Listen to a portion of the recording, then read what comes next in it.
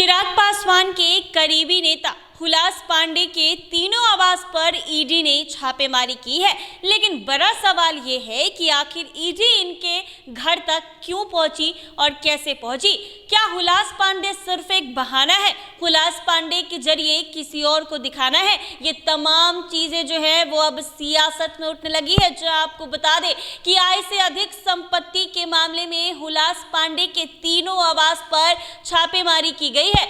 ED की team बालू के दस्तावेज लेने पहुंची थी, लेकिन जब वहां गई तो कई ऐसे दस्तावेज और डॉक्यूमेंट्स मिले हैं जिसको देखकर कई राजनेताओं की नींद उड़ सकती है। जी हां, बता दें कि अब इसे भाजपा की चुनावी रणनीति कहे या फिर सफलता के पर थामे लोजपा के राष्ट्रीय अध्यक्ष चिराग पासवान की लंबी उड़ान का असर है। कहा यह जा रहा है कि बढ़ती महत्वाकांक्षा के साथ इधर उधर ताकाझाकी कर रहे चिराग पासवान पर कतरने की ताक में भाजपा कब से लगी थी। लोजपा संसदीय बोर्ड के अध्यक्ष हुलास पांडे के यहाँ ईडी की छापेमारी तो सिर्फ एक ट्रेलर है, अभी तो पूरी फिल्म बाकी है। सवाल ये उठता है कि प्रधानमंत्री नरेंद्र मोदी के हनुमान चिराग पासवान पर अब ये बारी क्यों आई है। जानते हैं कि यह रहस्य राजनीतिक गलियारे में चर्चा है कि इधर खुद को पीएम मोदी का हनुमान बताने वाले चिराग पासवान मुख्यमंत्री नीतीश कुमार के काफी नजदीक आ गए हैं।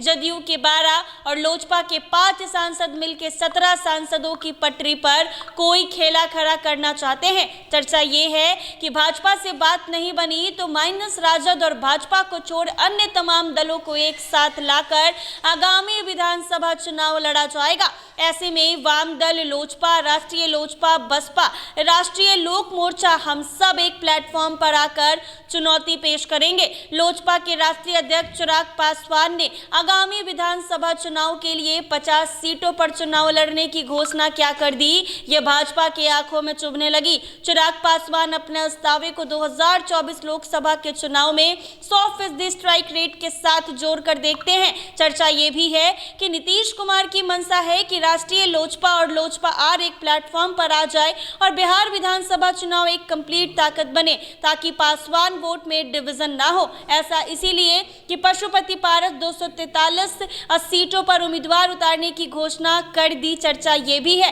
नीतीश कुमार की मंशा है कि राष्ट्रीय लोजपा और लोजपा आर एक प्लेटफॉर्म पर आ जाए और बिहार विधानसभा चुनाव एक कंप्लीट ताकत बने, ताकि पासवान वोट में डिवीजन ना हो। ऐसा इसीलिए कि पशुपति पारस ने 243 सीटों पर उम्मीदवार उतारने की घोषणा कर दी है। इन दिनों चिराग पासवान की विदेश यात्रा पर भी भाजपा की नजर है, खासकर तब जब बिहार विधानसभा चुनाव सामने है। खबर यह है कि चुनाव के पहले चिराग पासवान का अमेरिका जाना भाजपा के नेतृत्व का खेला है। इसके पहले चिराग पासवान पेरिस और लंदन भी गए थे। जी हाँ, आपको बता दें कि हुलास पांडे के घर ईडी की छापेमारी ये सिर्फ एक ट्रेलर है, भाजपा अभी पूरी फिल्म चिराग पासवान को दिखाएगी। खबर यह है कि हुलास पांडे के हाथ तो सिर्फ बहाना है, असली निशाना तो चिराग पासवान है, क्योंकि खबर ये चल रही है कि नीतीश कुमार, चिराग पासवान, वामदल और ये तमाम लोग अगर एक साथ आ जाए तो बिहार विधानसभा जीतना काफी आसान हो जाएगा।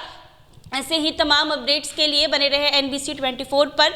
अगर ये वीडियो फेसबुक पर देख रहे हैं तो पेज को फॉलो कर ले, यूट्यूब पर देख रहे हैं तो चैनल को सब्सक्राइब करना ना भूलें।